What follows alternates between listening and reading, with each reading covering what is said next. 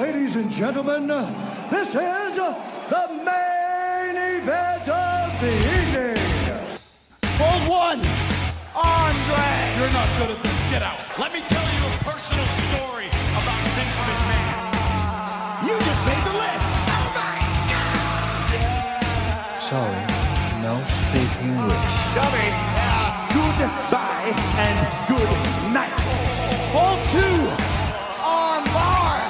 It's still real to me, damn it. Dummy. This is the worst town I've ever been in. Hold three, Lamas covers, three-handle family Gradunzel. Mamma mia! And now,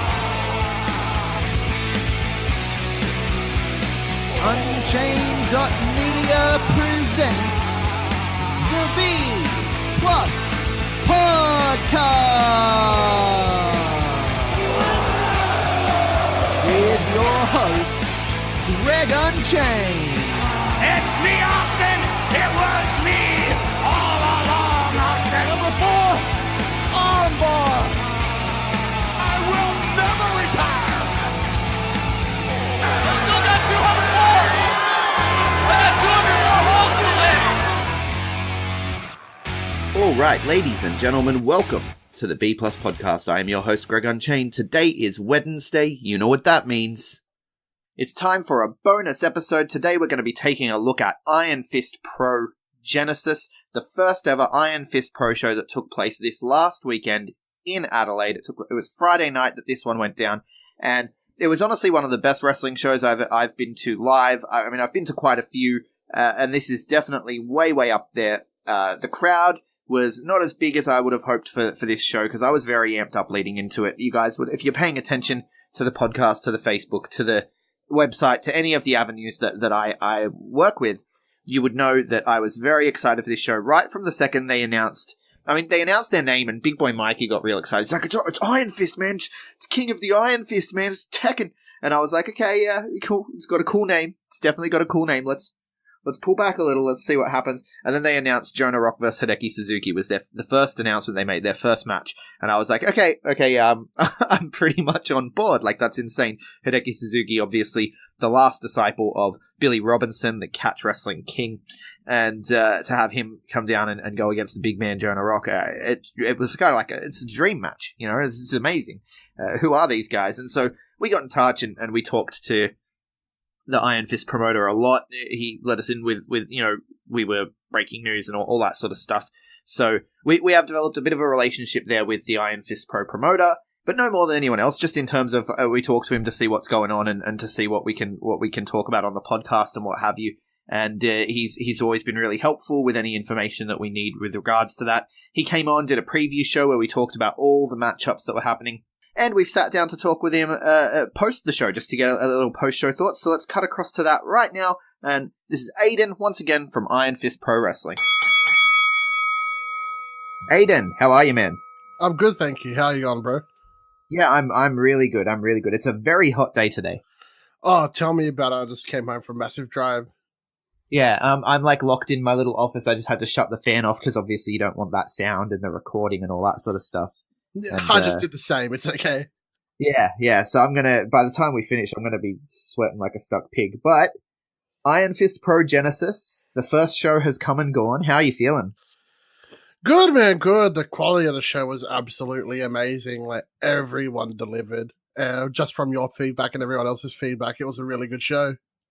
Yeah, well, people are about to hear, so I'm piping this into the review that I've recorded, and so this is going to come, and then people are going to hear what I had to say about the show as soon as we finish talking, but I really did. I thought it was a fantastic show.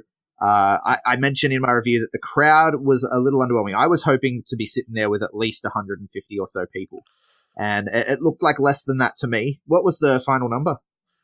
The final take was like 80 something. Like, I didn't get an exact number, but it was in the like mid 80s. Right, yeah. So eyeballing it, I thought high 80s. So I was pretty close. That's good to know because I'm normally really bad at eyeballing it. Yeah. But everyone there seemed like they had a really good time. Yeah, like all I've had is generally a positive feedback. The only thing was lack of crowd, which was disappointing. But all in all, it was a really good show. Yeah, and did you factor that in? Like, did you, in terms of promotion, I didn't even think to ask you this before, but you did like some flyering and stuff, or was it all just online stuff? Oh, I did flyering in the CBD. I went to like even local comic book shops and put up some posters there. Yeah. I've done sponsored posts online, and I've just done like all the online promotion. Even got guys to release hype videos for their matches. So Yeah, so I followed all of the online stuff. So I saw all the online hype, and obviously we were helping with that. We're pumping out posts whenever we could about new information that you gave us. But yeah, I guess moving forward, what's the strategy? How are we going to get more people to come to Iron Fist Pro? I think the buzz is going to help. To be honest with you, I don't imagine anyone left that show not being like, oh, I got to tell everyone how great this was. Oh, yeah, right now it's just, like I said, I've gotten the exposure out there, the name's still there, there's the buzz, and now it's just time to tap into the rest of the crowd, like the RCW loyals and all that kind of thing, maybe bring in some names that they want to see. Like, the show I had was for hardcore Puro fans in a sense, so maybe they didn't get a general idea of what I was going for. Yeah, absolutely. So moving forward, are we sticking with that aesthetic? Are we sticking with that, hard? You're going for the real hardcore fan that knows everything, or are you going to start to generalize the audience a little bit more? It's a 50-50, man. I'm going to have like the matches that the Puro fans want to see, like what the hardcore wrestling fans want to see. But then I'm going to have the matches like of the favorites and like in the country, just so everyone's happy and like it draws the attention. Like, hey, there's this guy coming, we have to go. Yeah, absolutely. I got the impression that a lot of the people were there almost solely for the main event and or Adam Brooks, generally speaking. Because then they saw guys like Tommy Knight, who you'll see on any other Wrestle Rampage show, and everyone was like thoroughly impressed with him. And I thought it didn't seem, it's like, oh, these guys haven't seen him before, Yeah, I know exactly what you mean. Tommy, that was one of his first singles matches. He's worked a bunch of multi-man matches, and that was his first proper big match, and he impressed everyone. He even impressed me. Yeah. Oh, I was, people will hear it in a few minutes, but I was raving about Tommy Knight coming out of the show. I'm like, he reminds me of, I told you this on the night. I'm like, Tomohiro Ishii. Yes, I want to see him versus Ishii so bad. It would be insane. They have like the same body almost. Same looking gear too, and he came out with like the Suzuki towel thing. The towel over his head. Yeah. And Ricky South was a big one that impressed. I heard a lot of people saying they want Ricky South coming back, which doesn't surprise us here at the B+. Ricky South's fantastic, man. Really, really nice guy when we were showing him around the city, an amazing wrestler too. I got a bit of feedback regarding some of the spots in the match. Maybe it wasn't kid friendly, but all in all, like I thought the match was great. Yeah, I'm going to disagree with that. But, it's going to come down to personal ethics, I suppose. Some people won't want their kids seeing things that other people think are perfectly fine and normal. So let's not get too into that. But I think that I did feel that as well at the beginning of his match. I felt that there were some people that could tell he was a little flamboyant and weren't necessarily on board with that. Yeah, like I said, we don't discriminate here or anything, and it's his character. He doesn't hide it. He's a very flamboyant, outgoing guy, and he shows it. And well, by the end of the match, though, it felt like that had disappeared, or those people realized other people were having fun, and so they decided to just keep it to themselves. Because by the end of the match, everyone was well and truly into it. Yeah, of course. Like, character aside, Ricky's a fantastic wrestler. He's got that Japanese style background, and he was going like toe to toe with Dean and putting on an excellent match. Yeah, really enjoyed it. But people will hear all about the matches in a minute, because I broke down all the matches when I recorded this morning. So let's talk about the back end of the show. Now, being that the crowd was disappointing, I'm going to assume that you personally lost money on the show. Yes, of course, and I factored that in when I put the show together. Right. So everyone involved, because this is a big thing in Australian wrestling, and we want to make sure that we want to hold companies accountable, and I believe this, so this with part of my B+ mission is we want to make Australian wrestling better, right? As good as it is, it can be better, and we want it to be better. And so I'm going to hold you accountable right now. Everyone got paid, right? Everyone got paid, yes. Okay. All right. Because that's a big thing. Like when a show is disappointing, and you hear things, like there's the whole Ryback situation of this Australian promoter didn't pay me or whatever. And, talking about the AWF when he came down for that tour. And of course, the AWF guys say that he did get paid, but, just having that accusation out there, it's not good for anyone here, Yeah, And exactly. so I was worried about that because I'm like, obviously the crowd isn't as big as we'd hoped. And I hope that Aiden's okay financially. Financially, I'm not okay, but everyone got paid. And like you see these things online, like they probably got paid with a handshake and a hot dog. I'm like, no, they got paid money. I just lost a bunch of money. Yeah, handshakes and hot dogs, not the. You've used that as your username here, though. You damn dirty dog. Handshakes and hot dogs, right there on the screen as I'm talking to you. But seriously, everyone's been taken care of, and there will be a number 2. There will be a number 2, yes, January 2019. Okay, so so you broke that on the show last time. It's going to be in January. So obviously you factored in the possibility that you were going to be losing money on this show, and really the goal was to build that buzz. Exactly, that was correct. Yeah, that makes perfect sense to me. Like, I understand. Sometimes you got to lose money to make money in the long run. It's a marathon, as they say. As I said, man, you can't expect to be hot off the bat. Like you said, lose money to make money, and it'll be worth it in the end. Yeah, absolutely. So looking forward, what can we expect? What's going to be different? What's going to be the same? What are we looking at? Probably a new venue. The current venue that we used was amazing, but I really enjoyed the venue, man. I liked it. Logistically, though, it wasn't perfect. Like, we had trouble getting in the ring, and people were complaining about the pylons and whatnot. Yeah. I thought the pylons were fine. Like, they didn't get in my way at all. I got one of your camera blokes got in my way a lot, which frustrated me, but that happens. But no, the pylons, I thought they were cool. Like, when people ate pylon as part of the match, it entertained me a lot. Yeah, I thought it was cool as well, but I got to take that into account. Like, the way the ring was set up as well, there wasn't much room on the outside, so... Yeah, and you guys had a fantastic entryway, like, with the screen and everything, but unfortunately, because of the pylons and the way the ring had to be angled, you couldn't see that, which was one thing that I noted that was a bit unfortunate. You couldn't see because it was awesome. You guys had like a live feed of the matches going on the screen. Like, it was like you were at a WWE event. Yeah, like that was the media crew's idea. I wanted Titantrons and they wanted to do that. I'm like, go for it. And it worked out really well. People who couldn't really see got to see the screen. So who did you use for the media? Because they were top notch from everything. Like, because watching it back on Facebook as well, I watched back the 2 matches that you posted there. By the way, you sneaky bitch, you posted 2 matches, not just the one. That was a testy thing. Like, luckily we did that because we had no audio halfway through the first match. Right. The media crew was Intrinsic Media. Okay. They do like the Supernova conventions and Comic-Con and all of that, and they do Rampage's stuff too. They're a really good bunch of guys and fantastic crew to work with. Yeah, it was really cool to see you guys get that done and get it live, and everything looked crisp. And it definitely, I was like, they must have shot wrestling before, because it doesn't look like a first time shooting a wrestling event. Like, it seemed like they knew what they were doing. Yeah, working with Wrestle Rampage for so long, they had the idea of what to do. And they made it work with what limited space they had. Yeah, that's awesome. So we're looking at a new venue, which on one hand bums me out, but on the other hand, like when it came time to pack up, I was sitting down and recording with Jonah at pack up time. And you could tell the venue staff were very uptight as well. Like, I don't want to trash talk, but like they were like, dude, everyone's got to get out. Everyone's got to get out. Everyone's got to get out. Yeah, that's another reason we're leaving. The venue was really disrespectful to the guys at the other wall packing down the ring. And just some hipster fucking idiots. It's okay, excuse my language, but they were really pushing their buttons. Hanging around, but like hanging around with their wine glass and not offering to help unload the ring at all.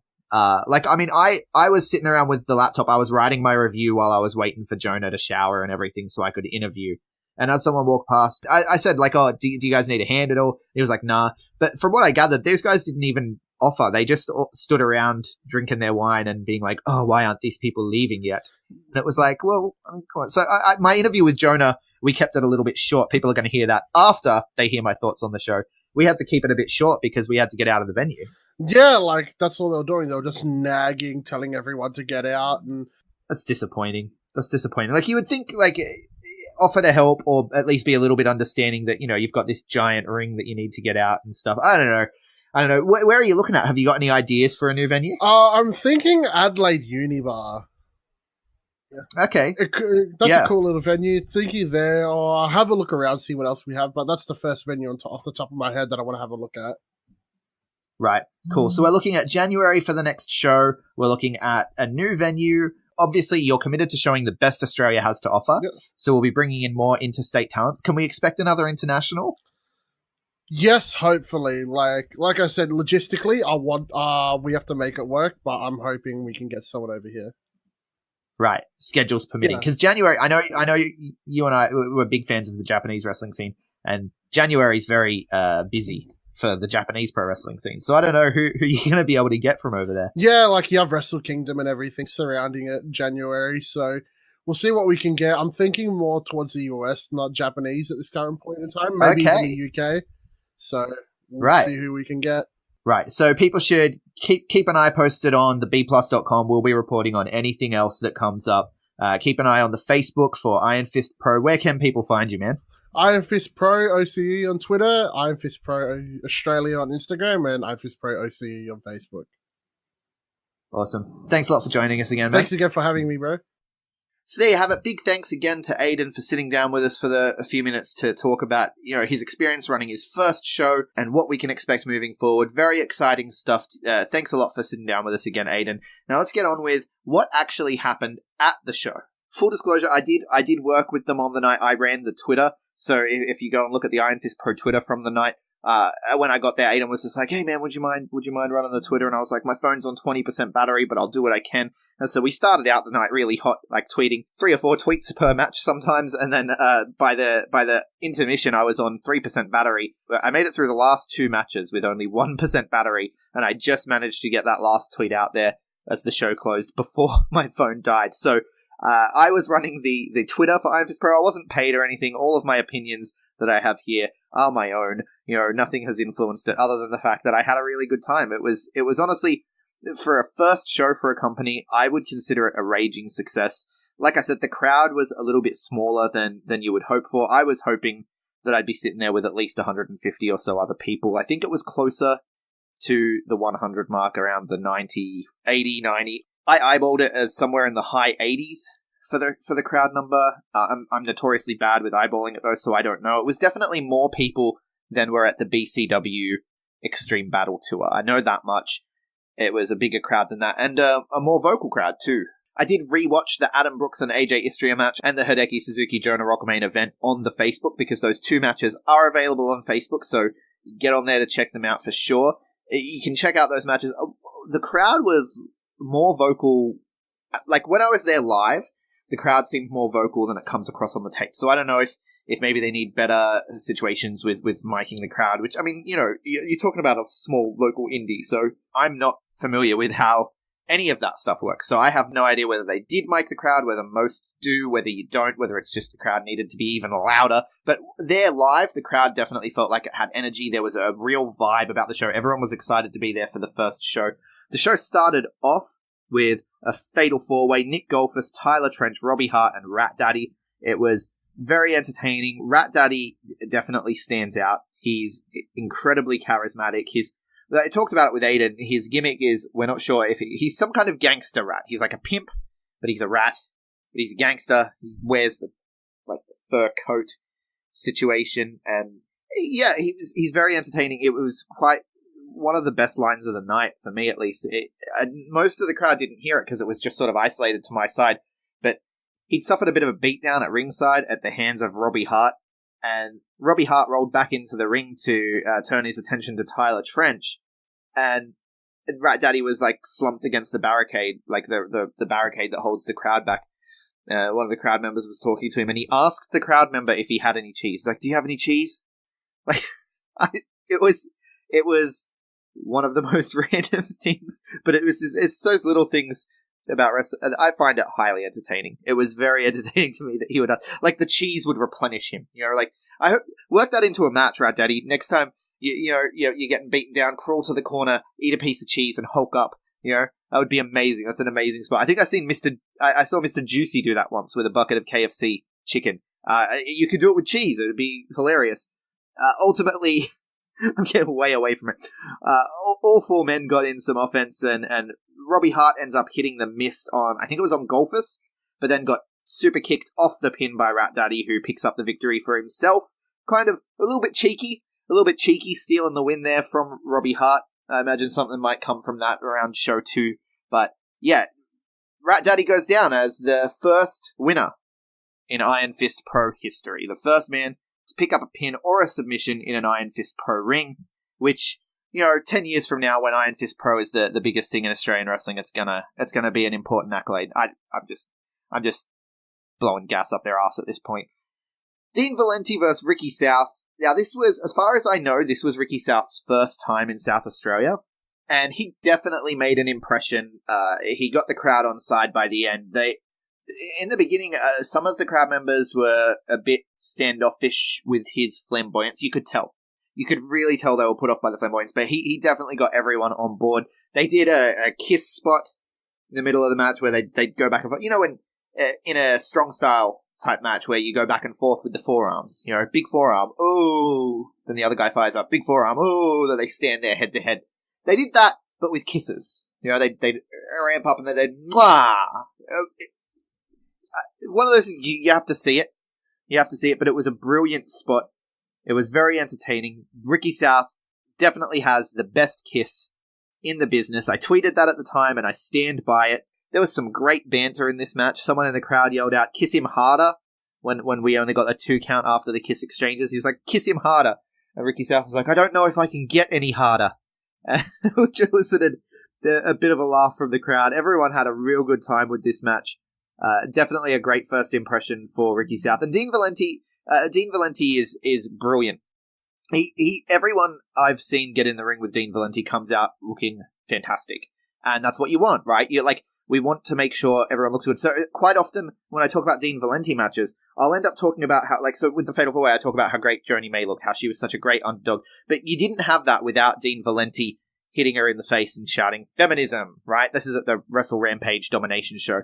A lot of the time, I'll sort of lose the point with Dean Valenti because he's so good at putting others over that you end up talking about the opponent and how great they did, and you lose the Dean Valenti of it all. But Dean Valenti, that's a strength to him. So far, every match I've seen him in, the people he's working look like absolute stars, and he looks like a star by default as well, in that as well. So it was a really good match, very entertaining. Valenti ends up picking up the win, and afterwards he gets on the mic and claims that he should be crowned the King of the Iron Fist right now. The crowd obviously disagreed, because by this point they were firmly behind Ricky South, and there was a ton of heat on Dean Valenti. Really top work by both guys. I'm really looking forward to seeing Ricky South come back, whether it's with Iron Fist Pro, whether it's with RCW, Wrestle Rampage. Whoever wants to bring Ricky South back can never have enough Ricky South in wrestling. Ricky South is one of our B+ favorites. We're a big fan of the guy, and I had a brief chat to him. He's a really nice guy as well. Hopefully he'll be coming on the show in the future. And yeah, Dean Valenti did a fantastic job here as well. This is probably right up there in terms of match of the night. The last 3 matches were kind of in a separate class, but this, in terms of the undercard, Dean Valenti versus Ricky South was definitely a show stealer. Moving on, we have the first ever women's match in Iron Fist Pro, Indi Hartwell versus Joni May. Both of these ladies are B+ favorites, so I was kind of torn here. I was rocking my Indi Hartwell shirt, support indie wrestling, but I was booing the crap out of her because that's what you do at a wrestling show. You boo the bad guys. And Indi Hartwell, as impressive as she is, she's a bad guy. She's out there, she's mouthing off to the fans. This is another one where Joni May is going to get lost in the discussion a little because Indi just took such control as the heel. She took such control, and a lot of the match actually focused on her banter with the crowd. Like, she works the headlock, and she's having banter with the crowd to get the heat onto her, so that when Joni ultimately makes her comeback, everyone gets behind Joni, and they did. But Indi cuts her off, hits a missile drop kick, a springboard drop kick, and gets the win, and a lot of heat on Indi. But it was great before it even started. She's getting in the face of everyone in the crowd, and then she finally gets in the ring, and the bell rings, and the bell ringer botched the bell ring, right? So instead of a ding ding ding, it was like a ding, like it was terrible. He just hadn't hit it at the right spot, and it sounded like complete arse. And Indy capitalized on this. She just looks over at the ring bell area and she's just like, what the hell was that? People in Adelaide can't do anything right. But she botched saying Adelaide. She said Aladade. People in Aladade.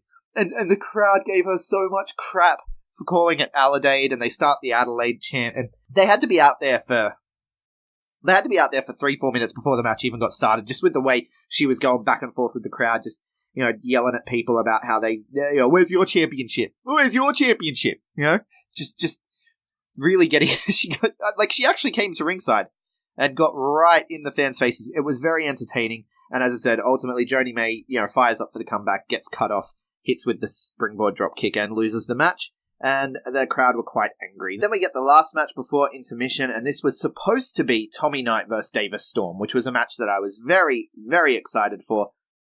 Davis Storm, unfortunately, was injured, and at the last minute had to be replaced, and he was replaced by Gino Gambino. Like, what a treat. We got to see Gino Gambino last minute. Gino Gambino versus Tommy Knight. Now, for those who don't know Tommy Knight is a name to look out for. Tommy Knight, he's over 6 foot tall, and he's built like Tomohiro Ishii, right? Like, he's just got this wide, thick, dad strength frame. And honestly, I want to see him versus Ishii. I feel like the two of them firing up against each other would be amazing. He did a similar, like, to the Ishii. He does, like, the diving lariat and stuff. He did the shoulder block spot and everything with Juicy. Juicy kind of, Gino kind of reverted to the Mr. Juicy character a little bit. You know, they started off the match and Tommy's like, go on, hit me with the shoulder block. And Juicy's like, you want me to run? All right, fine. He goes, and then he hurts himself. You know, it was all very fun, but ultimately, you know, they did get into, Juicy rolls out, comes back in, and he's Gino, and he's fired up, and they go back and forth. Now, ultimately, Tommy ends up winning with, it looked like a heel hook from where I was sitting, a leg lock of some kind, and Gino tapped out immediately as soon as it got on. But Tommy Knight, top work to Gino coming in at the last minute, doing the honors and just having a great performance. But Tommy Knight really, and I heard this from a lot of people in the crowd, a number of people in the crowd who's this was their first time seeing Tommy Knight. I got the impression that some of the crowd were not Wrestle Rampage guys, right? So a lot of the talent on the show, the Adelaide talent, were Wrestle Rampage guys. I got the impression that a lot of people were there to see Adam Brooks, to see Hideki Suzuki, and to see Jonah Rock, but they weren't necessarily Wrestle Rampage guys because they didn't know everyone else who was on the card. And Tommy Knight was one of these guys who really impressed. A lot of people left the show talking about Tommy Knight and how they want to see him against this person or against that person, how Tommy Knight versus Jonah would be amazing. And it would. So, Tommy Knight, definitely impressive. Keep your eye on this kid. After the intermission, we kick things off. I was expecting the tag match to bring us back from intermission, and it didn't. What brought us back was Adam Brooks and AJ Istria. This is probably the only thing that I'd change about the pacing of the card. I would have put the tag match coming back. I mean, I know there's differing philosophies. You can have the slower match bringing it back from intermission so that people can get back into it. I like to have a real exciting match kick off after intermission, but that's just me. So I would have had the tag match here and then had the Adam Brooks vs. AJ Istria, but I understand why the order was what it was. But Brooks vs. Istria, fantastic match. You got to watch this match. It's up on the YouTube. They live streamed it. I didn't even know they were going to live stream this match. I knew they were live streaming the main event with Hideki and Jonah, but this match got live streamed as well. So definitely worth heading over to the Facebook to watch this match, or you can go to thebplus.com, look up Iron Fist Pro. We have the link right there to this match. Very, very good match. AJ Istria came out of the box, with something to prove. He just charged in as soon as the bell rang. He definitely had something to prove in this match against Adam Brooks. You know, Adam Brooks has just gotten back from Bowler, looking to carry that momentum forward. They both put on one hell of a performance. Ultimately, AJ Istria picks up the win with the armbar. About a 10-12 minute match or so. Definitely check this one out on Facebook. Then we go into the Velocities versus Mike Boomer and Link Barnett. This was probably it's a tough one between this and the main event in terms of being the overall match of the night. Jonah Rock vs. Hideki Suzuki was fantastic in a different way. The Velocities versus Mike Boomer the Velocities versus Boomer and Barnett was a very modern, high-paced, fast-paced tag team match.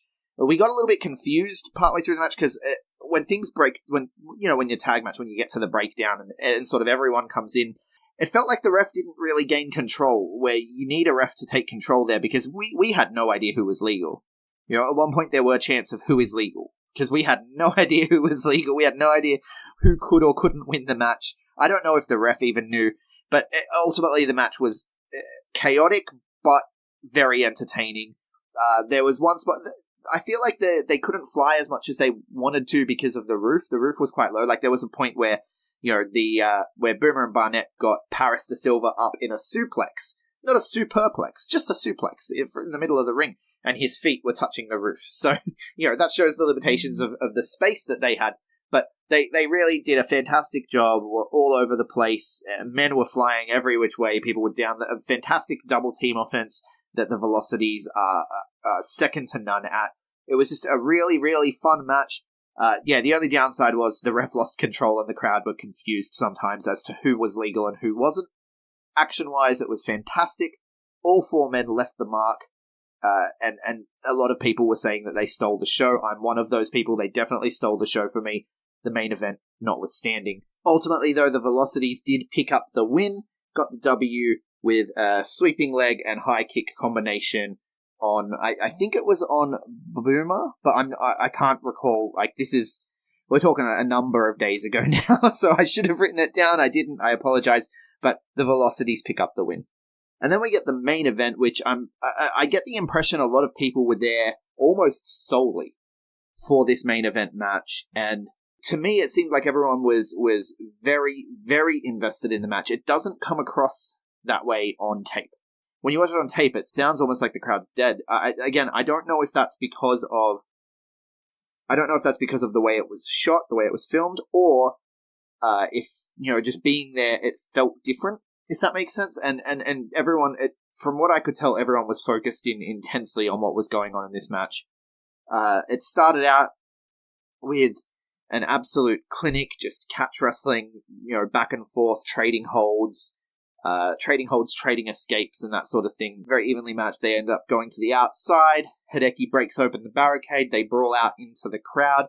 There were these big pylons everywhere that somehow didn't come into play until the second half. I think the first time they came into play was in the Istria and Brooksy match. But there were these big pylons everywhere, and Jonah ate some pylon, Hideki ate some pylon. A kid in the crowd actually ate a barricade to the face.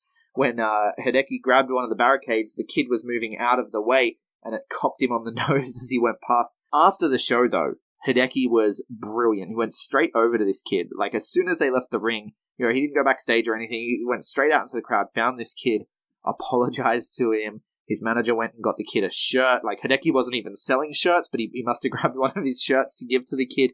Fantastic work from Hideki to cover for that. It was one of those things where, you just don't get out of the way quick enough. And the kid was a champ about it. Like, he was holding his nose a bit, but he was an absolute champion about it. Everyone had a really good time. This match was just amazing. The whole thing is available for viewing on Facebook. When I say the whole thing, I mean this match, not the show. The show will be available on Vimeo hopefully soon. I haven't had word yet from Aiden about when it is going up on Vimeo, but I do know the whole thing was filmed and it's going up on Vimeo, but you can catch this main event on the Facebook page. I'll drop a link in the show notes. Definitely check it out. It's going to be up there for me as a match of the year contender for Australia in terms of, at the moment we got things like Osprey and Robbie is up there. Jonah and Ugg is up there. There's a few really great matches this year to look at. We'll look at that in a separate podcast further down the line as we get to the year's end, but this is going to be up there for me. Jonah Rock vs. Hideki Suzuki, and definitely check it out on the Facebook. Ultimately, Hideki Suzuki picks up the win with a vicious kick to the face. It looked like a knee from where I was at the time, but in watching it back, it was a kick to the face, and Jonah Rock went down. And we actually talked to Jonah about it, so let's cut across and have a listen to Jonah Rock. We only had a brief little interview. This was after the show. Everyone's packing up the ring. We had 10 minutes to leave the venue, and I sat down and had a quick little interview with Jonah in the closing moments before we had to get kicked out of the venue. So, it's not as long as we would have liked. We'll sit down with Jonah again in the future to talk more, but here's Jonah Rock after Iron Fist Pro Wrestling. All right, I am currently backstage at the beautiful Published Art House. We've just finished Iron Fist Pro's first ever show, and I am joined at this time by Adelaide's own King of Monsters, Jonah Rock. Hello, everyone listening. How you doing, man? I'm a little banged up after that, but Yeah. I'm doing well. Yeah, my face is sore in various places. I can imagine. From where I was sitting, I was like, did he legit get knocked out cold? That was No one can knock me out. that was an insane match though. Hideki thank Suzuki, the main event. Fantastic first show for Iron Fist Pro, and your match absolutely stole the show in my opinion. I'm a huge fan of the catch wrestling stuff. Same. So like when when the promoter of Iron Fist approached me about doing a show, he asked me if there was anyone in the world I'd like to wrestle, and I said Hideki Suzuki, not thinking that it would eventuate, and then now here we are. So I'm a big fan of shoot style wrestling, catch wrestling. Billy Robinson, and obviously Hideki is Billy Robinson's last disciple. Yeah, last disciple, yeah. So yeah, it was really cool to be able to step in the ring with him, and yeah, of all places here in Adelaide, I never thought that would happen. It's a bit of a dream match for you. It is, yeah. Tick it off the bucket list. Yeah, definitely. It was just, I've wrestled a lot of the people that I've wanted to wrestle now in the world, apart from some of the guys that are in WWE. Yeah. So when he asked me, I was like, there's only one person really that I really want to wrestle, and it was Hideki. And Hideki, fantastic wrestler. Yes. I enjoyed it, even though getting beat up. And also just he's a great guy, and he's willing to help spread his knowledge of catch wrestling and what he's learnt from Billy Robinson. So yeah, I saw on the Instagram and stuff they were doing a bit of a training session last night. So I coach at the dojo. Yeah. So I take it, and then we were there to train. We had some of the guys from Sydney that were down that were going to train.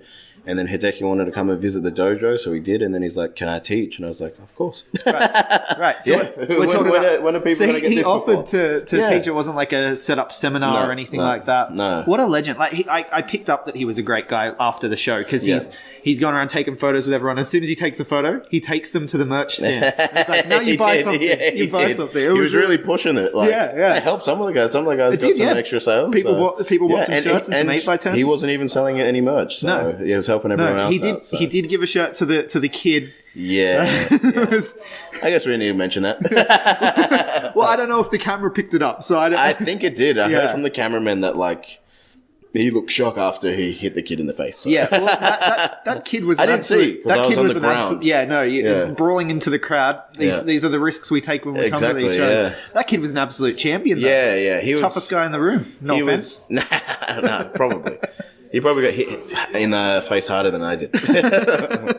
But yeah, so you mentioned that the dojo, Wrestle Rampage Dojo, for those who don't know. That's here in Adelaide. And so Wrestle Rampage and Iron Fist are working together, which I love to see. Mm-hmm. Right, so when I had Aiden on the show last week, he was talking about basically kind of viewing it as like a sister promotion. Yeah. I think that's how we're trying to view it. It's always good to have new products pop up in Australia, and especially with Australian wrestling at the moment. I think it's just starting to get bigger and bigger, more places. But I think a big thing for new startup companies is they need guidance.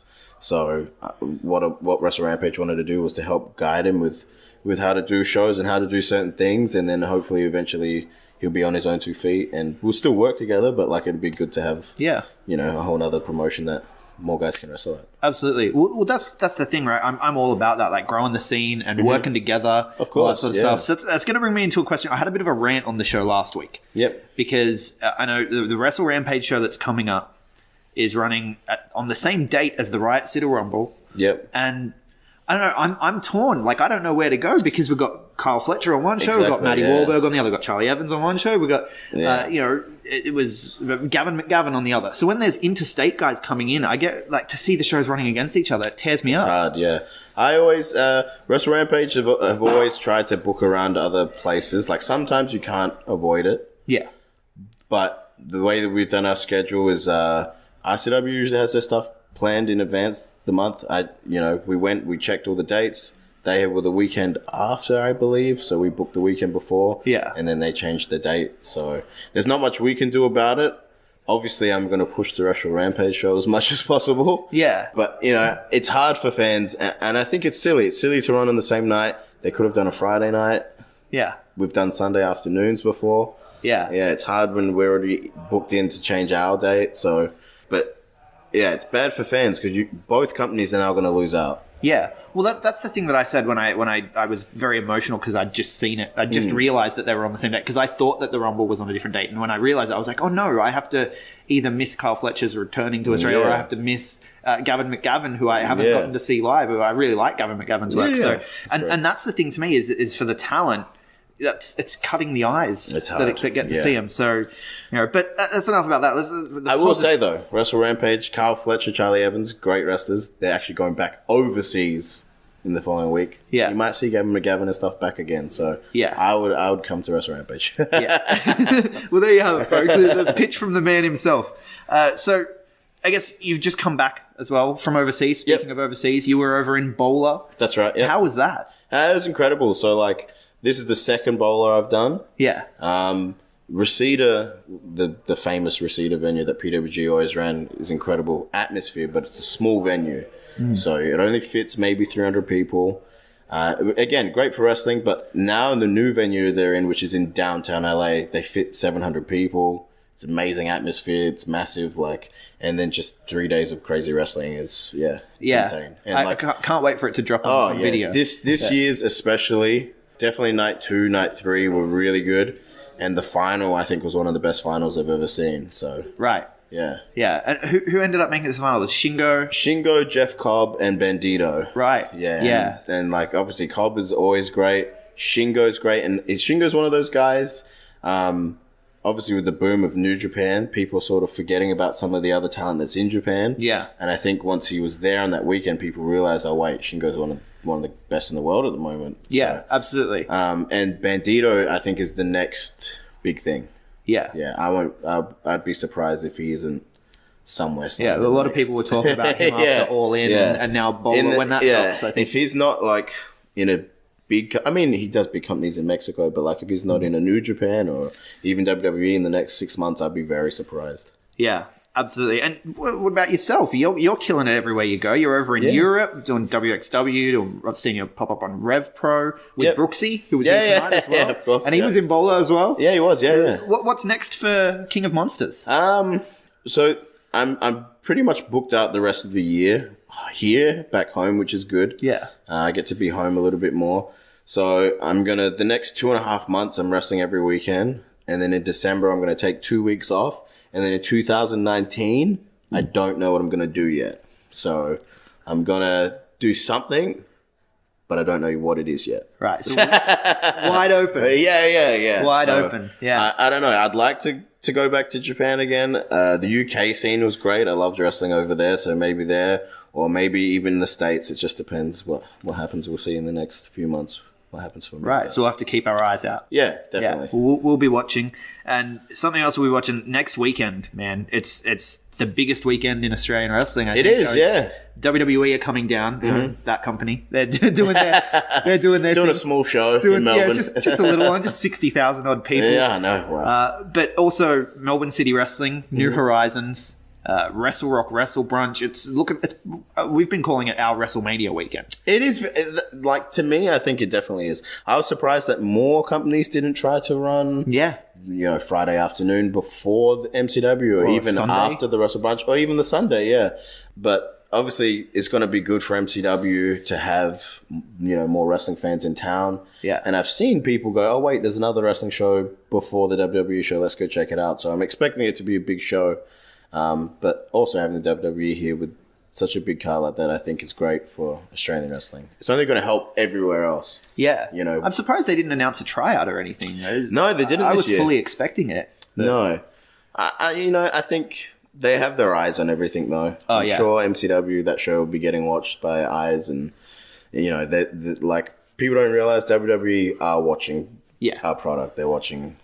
They have people watching everything. Everything. They have to, yeah. That's and spies everywhere. Yeah. And we're really on the verge. We're kind of in our country where the UK was 5 years ago or so. I agree, yep. Yeah, and I think that's evidenced by WWE coming out because that was about when they started doing more stuff in the UK as well. So hopefully we'll see more stuff picking up. I think a big thing as well, I'm friends with a lot of the guys there, and they said that a big thing for them was people did start working together more, companies. Yeah. So then it wasn't like a rival of talent. It was shows that were having all these great talents on the same shows, but they also tried to book Friday, Saturday, Sunday. So people weren't always on a Saturday and colliding with each other. Yeah. Because that even happens here, whether it's not two shows colliding in Adelaide, but for example, PWA might be the same night as MCW. Yeah. So then you can't have everyone, the all-stars on every show. Yeah, So- the talent yeah. gets torn between. Yeah. So I think more people need to start running like tonight, a Friday or a Saturday or Sundays. I'm a big fan of Sunday wrestling, man. Sunday was great, yeah. Sunday during the day, kid-friendly stuff. Yep. You know, Yeah. the kind of And you stuff can market it like that as well. Yeah, the kind of stuff Wrestling Go do Yeah. up in Sydney is really fun. I'm a big fan. I want to see something like that happen here. But we're getting away from it. Next weekend, New Horizons. You've got Caveman Ugg. First time in an MCW ring, if I'm That's not right. mistaken. Yeah. First time in MCW. He's up 2-1 on his home turf. He is. Yeah. That's true. Yeah, he is. So in PWA, we've had some pretty big matches. We had the first match we had was the first time Ospreay was in town. Yeah. And obviously everyone was gearing for Ospreay. Everyone is incredible. Yeah. But people didn't. They put us first on the card, and like it just shocked everyone. Everyone wasn't ready for that to be the first match and for us to go out there and kill each other. Yeah. So then that eventuated into us having a street fight, which again, Mike Quackenbush was there on commentary, and we have great chemistry, me and the old caveman. Then we just had a cage match, and now this is the first time where I guess we can show Melbourne exactly what we do when we fight each other. So Yeah, and you're taking it to interesting. neutral territory. Because like I said, that's his home team. I like to think, I could be wrong, I like to think that Melbourne's more of my territory than his. Yeah. I'm a Grand Slam champion in MCW, so tag into Commonwealth, heavyweight. I've been wrestling there for longer, but he's very popular, Caveman Ugg. So He is. I can see the crowd being split, but which would make for a great match. So. Yeah, absolutely. And I guess, other than that, I guess we're running out of time here anyway. So where can people find you, Big Man? Instagram and Twitter is Jonah_Rock. On Facebook, it's Jonah Rock Pro Res. And I have a pro wrestling tee store, just Jonah Rock. You can find that. Also, Big Cartel, but I don't think I have anything for sale on there at the moment. But I will have new stuff soon. So Yeah, absolutely. I'll drop all the links in the show notes. Thank you so Perfect. much for taking the Thank time you. out to talk to us. I know you're a busy man, but No, thank you very much. yeah. You hunted me down, so now we've got it done. Yeah, awesome. Thanks a lot. No worries. So there you have it, folks. Iron Fist Pro Genesis, the first show in the bag. As far as I can see, it was a roaring success. It looks like that. At least artistically and in terms of the actual wrestling, it was fantastic. The production was fantastic. The venue was incredible. The only thing was the crowd size, which, it's a first show. To me, 80 to 90 seems pretty decent for a first show in Adelaide.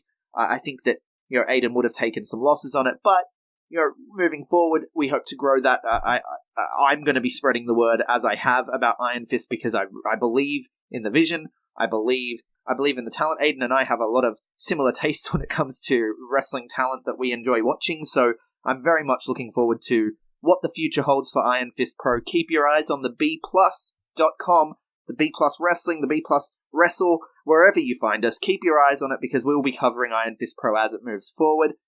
And just before I let you go, I'm recording this a day later, just behind the curtain, adding this in, piping it in at the last second. I've just spoken to Aiden from Iron Fist once again, and he's given me an update with regards to the Vimeo release. That is coming out this week sometime, possibly today, but definitely this week sometime, and it's going to be free. He doesn't believe that people should have to pay for a product they have not yet seen, so his first show, Iron Fist Pro Genesis, featuring Hideki Suzuki vs. Jonah Rock, Adam Brooks vs. AJ Istria, the Velocities vs. Boomer and Barnett, and much, much more, is going to be completely free on Vimeo this week when it goes up. So, you definitely have zero excuse for not checking out this show. I know we got a busy weekend coming up with Melbourne City Wrestling and Wrestle Rock, Wrestle Brunch, and WWE Super Showdown, and all of these things that are going on, but as soon as you get the free time, make sure you check out Iron Fist Pro Genesis because it was a fantastic show. And with that, I am at Greg Unchained on Twitter, at the Greg Unchained on Instagram. We collectively are the B Plus Wrestle on Twitter because wrestling wouldn't fit the B Plus Wrestling everywhere else. Facebook, YouTube, Spotify, Instagram, you name it. We're there, taking over the world. Please leave us a 5-star review on iTunes if you feel so inclined because we love wrestling, we support Aussie Graps, and you should too. Get out there, get amongst it, support the Aussie Grapplers, buy a shirt, visit a show, come say hi to us if you see us out and about at these local shows. It's always good to make new friends, and as always, as ever, thank you so much for listening. Hold one. Arm drag. You're not doing this. Get out. Let me tell you a personal story about Vince McMahon. You just made the list. So, no speak English. Dummy. Goodbye and good night. Hold two. Arm bar. This is the worst town I've ever been in. It's still real to me, damn it. Dummy. Hold three. The moss covered. Three handle family grunge.